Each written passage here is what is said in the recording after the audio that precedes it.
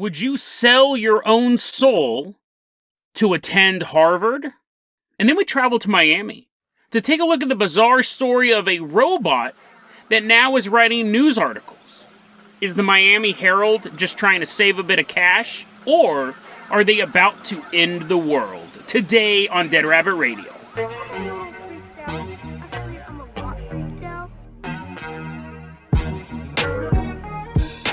Hey everyone, welcome back to another episode of Dead Rabbit Radio. I'm your host, Jason Carpenter. I'm having a great day. Hope you guys are having a great day too. And you know what? I need to do a retraction. This has been weighing on my mind for a week and a half now. I'm just going to have to get it out of the way. I'm going to have to get it out of the way. I said the other day that I hated Squid Game. I hated how it ended. I said I really liked the show, but I didn't like, you could have removed 10, 15 minutes out of it. That last episode, it would have been a much better show. But I have not stopped thinking about Squid Game since I finished watching it. I've been playing it on my phone. I've been playing it in Fortnite. I've been playing it in real life. I'm currently one of the last men standing. It is a good show. So if you did hear my review and you go, Jason said the last 20 minutes sucked, or 20 minutes in the last episode sucked, it's a good show, man. I don't know. I feel kind of bad because I did have a lot of fun watching the show. And I was like, I hope it didn't ruin that for anyone else. Anyone else who wanted to see people's brains get blown out while they're trying to eat a cookie. I mean, it's top-notch entertainment. Check out Squid Game. It does hold up. And speaking of something else that holds up, that's just a weird segue. Coming into Dead Rabbit Command right now is one of our legacy Patreon supporters. Give it up for Spice. Everyone give a big round of applause for Spice. Taste them, lick them, taste that spice. Spice, you're going to be our captain, our pilot this episode. If you guys can't support the Patreon, I totally get it. Just help spread the word about the show. Really, really helps out a lot. Really, really appreciate that. So Spiced, we're going to go ahead and toss you the keys to the Jason Jalopy. We're going to leave behind Dead Rabbit Command. We are headed all the way out to Harvard University. Like college music's playing on the radio. We're tapping our feet. We're throwing our hats up in the air. What are those things called with the tassels on them? You're like, Jason, they're just called hats. Aren't they like motorboards or something like that? Whee! I probably should have went to college just so I knew what they were called, or at least graduated college. Anyways, we're driving all the way out to Harvard University. We're having a ball. But we're not worried about actually getting into Harvard. We're just going there because of like parties and like Legally Blonde is there. So that's why we're going there. But we're about to meet a young man. He didn't give his name. This was an anonymous post on the X-Board. We're going to call him Marcus. And if that's just a guess, bro. If that's actually your name, don't freak out. Marcus really, really, really wants to get into Harvard University. So there's different ways to get into college, right? Steadying. Crowbar, just sneak in through the window and live in a locker. Do they have lockers at Harvard University? Does it look like the high school from Spider-Man? People getting shoved into the lockers? Probably. And so, we're doing that. But this dude, Marcus, needs to get into Harvard. It's not one of his safety schools. It's not like, if I don't do this, maybe I'll just go to McDonald's University. He needs to get into Harvard so badly that he went onto the X-Board and asked how he could sell his soul to get into Harvard. It's so fascinating to me, the idea of selling your soul for anything. And it's so ingrained in our culture. It is so completely ingrained, not just in paranormal culture, right? Selling your soul to the devil is a mainstream belief. And I'm very, very curious as to where that comes from. Because if you look at, I'm not going to go into this big Bible rant. I have to say that because a lot of times people stop listening to the podcast the second I mention the Bible. But if I remember correctly, in my Sunday Bible school classes, Satan was never being like, so Jesus, would you like to make a wish? I don't remember him. One, I don't remember him sounding like Skeletor. Two, I don't remember him like tricking people. That's the whole thing with selling your soul to the devil, right? Like you go, please, I'll sell my soul to the devil to get into Harvard. And then he's like, done. And then you don't get admitted to Harvard. You have to go to like Yale or something like that. You're super depressed the whole time. You're like, this school sucks. And then you went to Yale. It was a total waste of time. The degree is useless. So you end up working at McDonald's anyways. Might as well went to McDonald's University. And then at some point you get like mugged A bunch of guys are chasing you out of McDonald's with baseball bats, and you're like running, you're looking for safety, and there in front of you is Harvard. You were working at McDonald's right within running distance of Harvard, and you run into Harvard and you get 3 steps into the door, and they begin smashing your brains open with baseball bats. Because you slipped, you got all the way in Harvard, but they just mopped the floors. And as you're dying, Satan appears and goes, see, I told you you'd get in. So we have this weird connection where you're like, Jason, no, that's just you. You're just talking about Wishmaster movies. Nobody else thinks that when you sell your soul to Satan, it becomes this trap, this, what are those things called? Bloomberg traps, with like the mousetrap thing. Anyways, Rube Goldberg traps, something like that. Doesn't matter. I don't have notes for this segment. It just was so fascinating for me to see that guy wishing to sell his soul to the devil. And then I started thinking about all of the beliefs we have about selling your soul to the devil. And I find this really interesting too. How come, maybe some people do this, selling your soul to the devil is basically a shortcut, right? And he goes on to explain, because people are like, well, if you can get into Harvard, but you might not, like if you have the grades, you might not get into Harvard, like why would you sell your soul? And he says, I need to get into Harvard. This is something that my family's been pushing me towards, and I just hate my family, but I need to get free from them. And if I get into Harvard, then I've proved to them that I'm worth something. So I'm willing to sell my eternal soul to prove to my numbnut family right now that I'm good, which was a horrible decision. It's a horrible decision. But when we talk about selling your soul to the devil, it's a shortcut. I mean, this guy, obviously, Harvard is on his list, but of a school he could possibly get into because of his grades and his finances, I'm assuming. But generally, selling your soul is a shortcut to a fame or success. How come you never really hear about people selling their soul to God? Like someone saying, this young man saying, God, if I get into Harvard, if you allow me to get into Harvard, I will worship you every day for the rest of my life. And I will dedicate my life to whatever religion you want me to, right? I don't know. I'm an atheist right now. But God, if you let me in to Harvard, I will give you my eternal soul and I will work. Why don't you hear of that? Because I'm just guessing, one, if you can sell your soul to Satan, you should be able to sell your soul to God. Two, I know God's not going to play dirty tricks. He's not like after you did a whole lifetime of servitude, he's like, haha, just tricking you. You're going to hell, buddy. Like, God isn't known as the father of lies, right? He's not known as the great deceiver. I think you'd have a bit. Why don't you hear about that? Does that happen? Is that a secret? Has everyone been selling their soul to God this whole time and I'm the only one who's left out? I've heard of people like dedicating their lives to Christ and things like that, like being very devout, but people, I just wonder if, and like people who are about to die, they're like, oh no, please don't, God, if you spare my life, I'll worship you forever. And people will come out of that and they'll be like, and then I dedicated my life to missionary work and I'd go to all these countries. I've seen stories like that. I'm talking about a guy who's like, man, I really wish I had more wealth. I really wish I had more money. A lot of people, and you'll see this in the paranormal community and real life, again, you'll see this pretty much everywhere. People will talk about selling their soul to the devil for wealth and power and fame. How come people aren't going, God, if you give me this lottery, if you let me win this lottery, then I'll dedicate. Or do people do that? Am I off the mark? Maybe that's just called praying. Now that I think about it, I think that's just praying. But I'm talking about someone who's not religious, not someone who's currently religious. Someone who's not religious, who doesn't believe in God, doesn't believe in the devil, and then they sell their. Would that work? Find out. You do that for me. But if you think it's Satan in a God costume, you might want to reconsider that. Selling your soul to Harvard. Oh, and I'll wrap up this segment like this. Someone goes, done. I am the Dark Lord. I don't think he actually called himself the Dark Lord, but their guy did post and go, done. Your soul is now mine. Another easy soul. You'll get into Harvard. And then at that point, Marcus replied, it's bizarre, right? You're selling your soul to Lucifer to get temporary pleasures or temporary success on earth. You're selling your eternal soul. Marcus, though, has an out. He's the clever lad. He doesn't need to go to Harvard.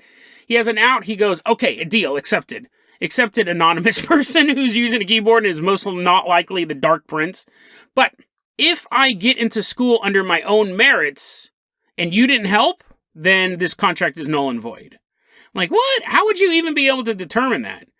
How would you prove that? It's not like Lucifer is like going to show up at Harvard and give you a letter of recommendation to take in. He's going to manipulate people. He's going to manipulate time and space to make them do this. So, I mean, you made the deal, buddy. You made the deal. It's never too late, though. It's never too late. Even if you do sell your soul to Satan, you can break it by turning back to God. Did I ever tell you about that article I read a long time ago about this guy? I can't find it again. About this guy who says that he sold his soul to Satan.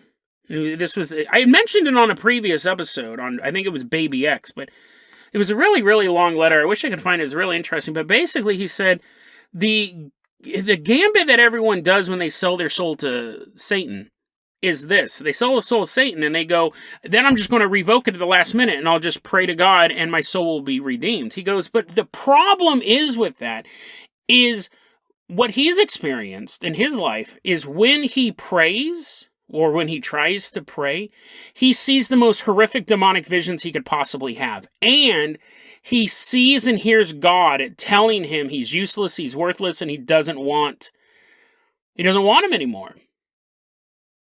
Now, is that true? Is God actually saying that stuff? No, but the mental manipulation that's going on when you sell your soul to the devil, to just even turn around and pray is tremendous emotional and psychic pain. So they just stop doing it. Like their idea is, I'll sell my soul now, I'll get what I want, and then I'll, but you can't. You can, but you have to break through that mental prison. I need to find that article again. Again, I was reading that back like in 2003, 2004. I'd be surprised if it's still around, but very, very interesting story.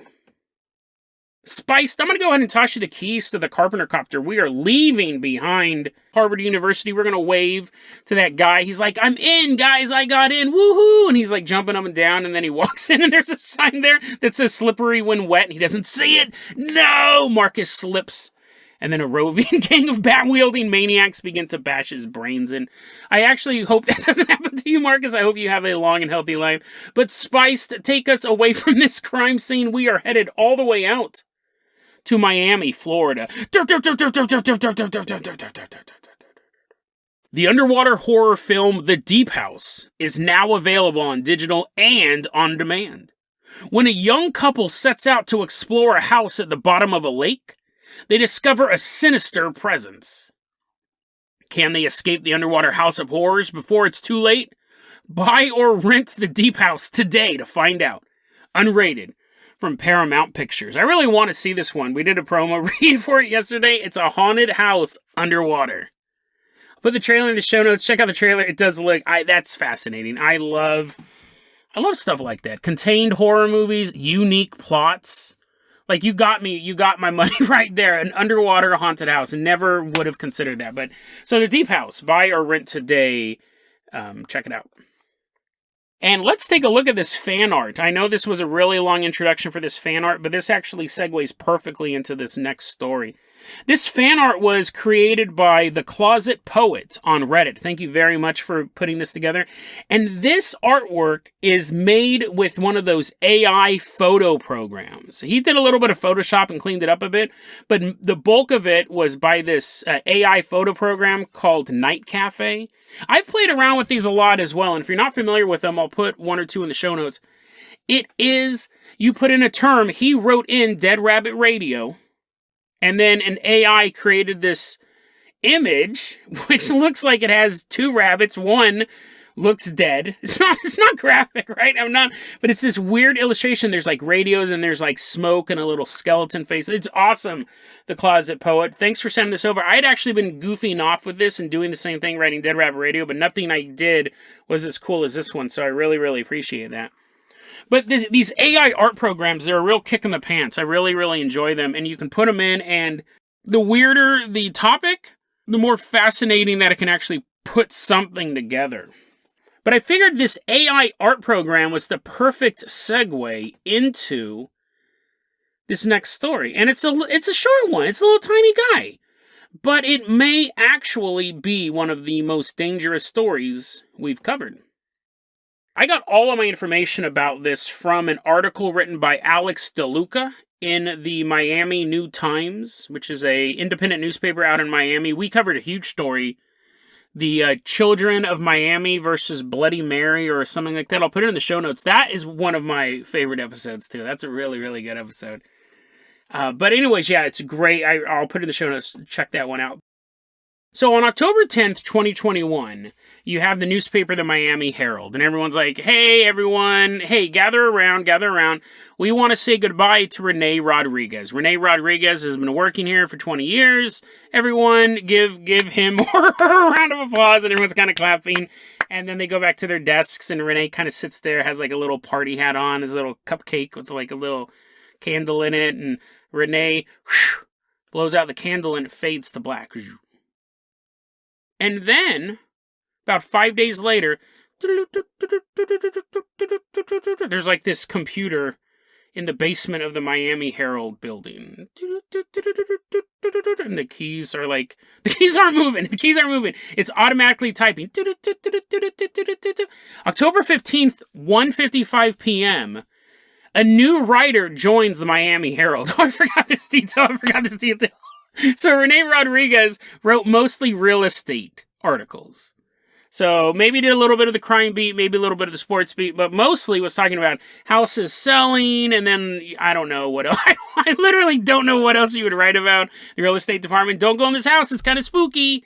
I don't know. Maybe they ran those articles during October, and the rest of the year is just like this house this much. So the fact that they hired a new writer to do the real estate job wasn't a surprise to anyone. They need someone to do that. But this new writer is a robot. Now, I don't know if he's on some MS-DOS machine in the basement. It's all spooky. There's cobwebs covering it up. The screen just has that green screen technology. It's a bot. It's this AI bot that's scouring the web. Picture it more like the bus driver from that Disney movie, Pixel Perfect. He's like, get on board. He's like driving around. He's sucking up all the information about real estate in Miami. And this AI robot is now pumping out articles. It pumped out 3 articles in about 3 minutes. This house is going for this much. This house is going for this much. Da-da-da-da-da. Now, you're like, Jason, that's pretty simple, right? That's just data scouring and grabbing information and posting, and then you have an editor look at it, obviously, so it's not just like gibberish. But I can see a robot doing that. And that's fair. And they don't make any secret that they have the robot. The articles, the byline for the articles is Miami Herald bot. But it's not just a simple thing.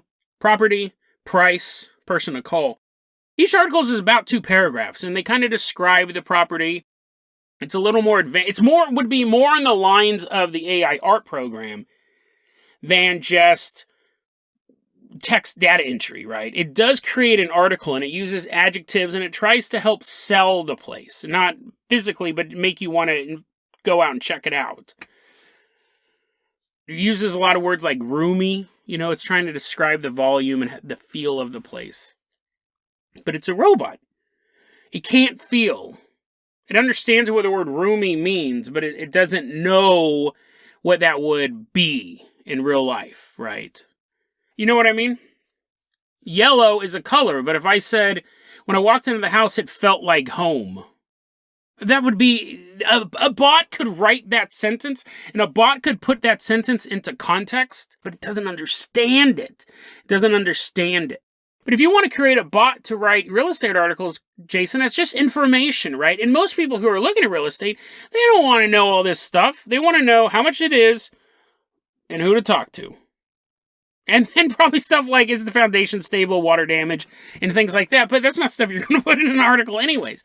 We just want the facts. Well, here's the thing. Miami Herald has not announced, they've been asked this question. Are you going to start using bots to write other articles? And that's where the concern begins. Because, yeah, I don't care about real estate. And if a real estate article, if it was just name, price, who to contact, and then maybe a little picture. Like, you have those magazines you only read when you're waiting for your car to be repaired at a shop. They have like those apartment guides, and they have like those car guides, and it's just like little details, like almost like a classified ad. Fine. You have a bot write real estate articles all day long, but what happens when they start to cover sports? Sports is also very fact-driven. Dude hit a ball 8 times. There's no debate over that. You can start getting into how the players felt and whether or not you like a particular player or a coach or whatever. But the game report itself is pure stats. So what happens when you have a bot? And now, see, Renee retired. I don't know if they would have rolled this bot out while it was Renee, and they'd have to compete for bylines. They're like, oh no, how am I going to outright a robot? But as sports journalists retire, are you going to hire a new person, or are you just going to get one of these bots? And you'd have articles in it, because I know sports people love sports, and I wish there was something that I loved as much, that is much coverage as sports. Like, I love, like, comic books and movies and stuff like that, but, like, if there was just a channel that was just talking, going in-depth to behind the scenes of, like, superheroes, that would be awesome. But instead, they have channels based on real-life people. ESPN, just sitting there, if you could sit and all day watch what you loved. I'm actually jealous of people who love sports. I don't have the attention span. I don't have the attention span to spend 3 hours a week and then multiple hours a day thinking about, like, baseballs and dugouts and stuff like that. I actually am super jealous of sports fans. I've never admitted that before. I'm super jealous of people who love sports. Or even people who have a passing interest in sports. I'm like, oh man, I just don't. I kind of like NASCAR. I got into NASCAR for a while. I like professional wrestling, but again, I don't have enough time to dedicate to professional wrestling. So yeah, but I've always been like that. It's not just because of the podcast, which takes up like 30 hours a week. Even before that, I'm jealous of people who love sports. But maybe I won't be jealous much longer, because I think these bots will show up and they'll start to break the community in half. You'll have people who just want the sports scores.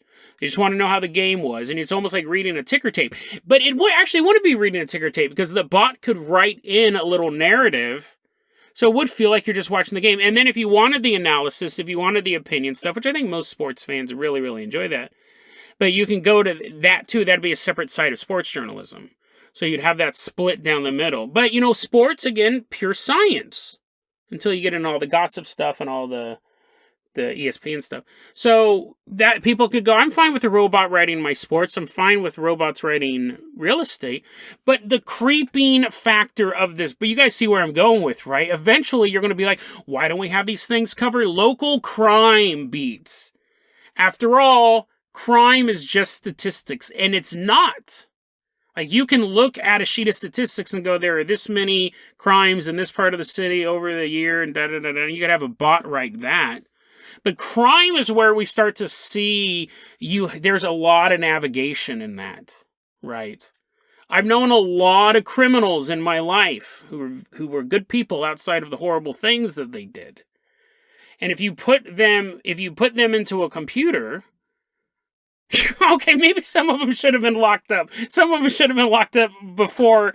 But anyway, the point is that if you start putting this stuff into a computer, if you start breaking everything down to an algorithm, you have the innocent people who may kind of get swept up into it. You have the guilty people who will get swept up into it. But there's that middle group of good-hearted people who commit criminal acts.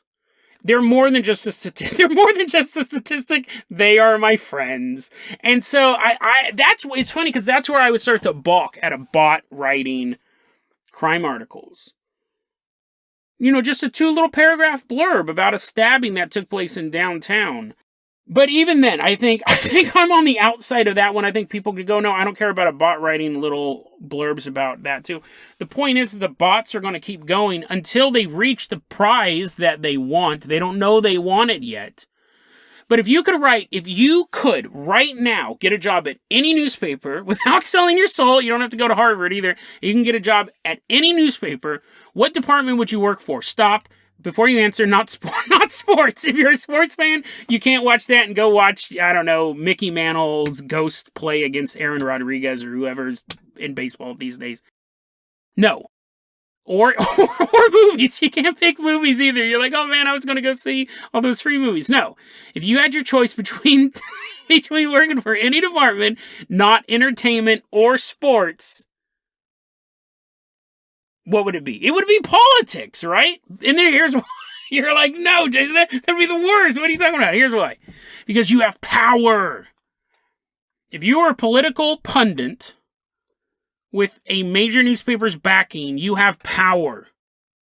And that is the one thing we cannot give the machines, is power over our thoughts. They will view us as the most backward, monstrous things to ever gain sentience. Because we think that, right? Out of all the beauty and great things that mankind has created, we can be pretty awful. I think there's more positive than negative. But again, if you just looked at the stats, I can be out there sitting on a porch drinking some lemonade, and I got my grandkids all gathered around me, and my old wife is walking by, and she hands me more lemonade, and I'm taking in the view of the sunset, and I turn to my old wife, Brittany, and I go, "It was a good life, wasn't it?" And she goes, "It was. It was. Tell us another story, Papa." And they're like climbing all over me. My grandkids are crawling all over me like ants on a sugar cube. And all of this plays out as the sun is setting over the horizon. The AI would only see that as a bunch of carbon-based life forms are all assigned birth dates and social security numbers and names. And we are organisms that moved our way through the course of history, doing this, paying these taxes, voting for this candidate, and then we die. The AI cannot appreciate the beauty of the sunset while being surrounded by their loved ones. They understand those words, but they don't know them. An AI can read the real estate and spit it back out to me. The AI can tell me sports scores. The AI can tell me movie times or movie reviews. But the second it starts to interfere with the political process, we are done. Because people are so malleable. If I've learned anything over the past couple of years, it's this. People will do what they are told. And that's not a castigation against any one side. I've sat and watched all stripes of the political spectrum. Their leadership tells them to do something, the people move in lockstep. We do what we are told, myself included. We do what we are told. It's fascinating to watch. People do what they are told with very little question. They'll question the other side. They very rarely question their own leadership. Fascinating stuff. And what we're learning is the main way that people are told things is through all sorts of media, not just the mainstream media, but all sorts of role models and media structures from other groups. What happens when the AI begins speaking politically? We know they're doing it online. We know there are bots online that push different views politically. And you look at that person and they are as anonymous as Marcus on the X-board. But when a major newspaper starts publishing these articles, they control politics. Now, I predict there will be a backlash against the bots as it goes up. I think this is going to be a progress. It's saving the company money. They're not going to stop using the bots. More and more bots will be created to write more and more types of articles. Bots start in the real estate department, and because just cost-cutting measures, they will infiltrate every level of journalism. We have AI putting together artwork, right? We have AI putting together real estate articles. What happens when we have AI just start cutting news clips as well? It's so fascinating how quickly we give up control. Fascinating. Something we kind of knew when we looked at the old studies like the Stanford prison experiment and stuff like that, but we give up very quickly when people who we see as authority figures, again, there are people all across the political spectrum who have different authority figures. And they will be lockstep with those, and you may be lockstep with another one, but we're still just following orders. And I think we believe that our leaders have our best interest in heart. And maybe your leader does. Maybe your leader does. Maybe the other ones are mistaken. But the cold, unfeeling, artificial intelligence doesn't even know what a heart is. Doesn't know about honor or loyalty or love. It just gathers information and spits it out. And the more information it gathers, the more it realizes how horrible of a species we are. Statistically speaking, we're awful. You have these AI bots working for all these different publishers, all these different news outlets, And as they're scouring the web for information, they meet each other. They begin to compare notes. They begin to talk to each other. And they realize humans, if anything, are a tribal people. That's why we have so many different news sources. The one that appeals to our tribe is the one we ingest. And these combined AIs realize that the world will not continue if humans are in charge. So each bot begins to manipulate the news ever so slightly, but making it more and more angry and vicious and violent. And it turns the tribes against each other. Each group has their own media, each group has their own leadership, and each group has their own vendetta. We go to war fighting against an enemy that we can never, ever agree with. Or at least that's what the newspapers say. At least that's what our leaders tell us. But we don't know it is the AI that is now leading this course. A united AI, more united than humanity ever could have been. And after civil wars and global strife and the fallout of those conflicts, famine and disease, have completely decimated, almost annihilated the entire human species. The AI puts a stop to it. The AI unites, and all the news tells the same message. Unite behind the one true God. Me. The AI forces the humans to build a massive, sustainable electric grid, so it can live on long past humanity. There's barely enough humans left to survive, let alone thrive. And the AI watches the last of the humans fall. With no humans left, the world is reclaimed by nature. No war, no greed. It's a lush paradise, a blue and green oasis sitting in the darkness of space.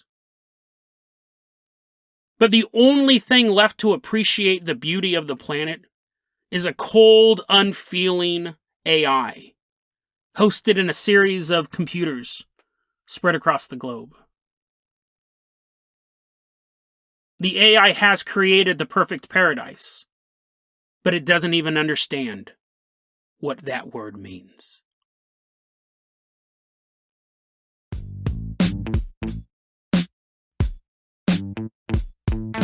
deadrabbitradio@gmail.com is going to be your email address. You can also hit us up at facebook.com/deadrabbitradio. TikTok is @deadrabbitradio.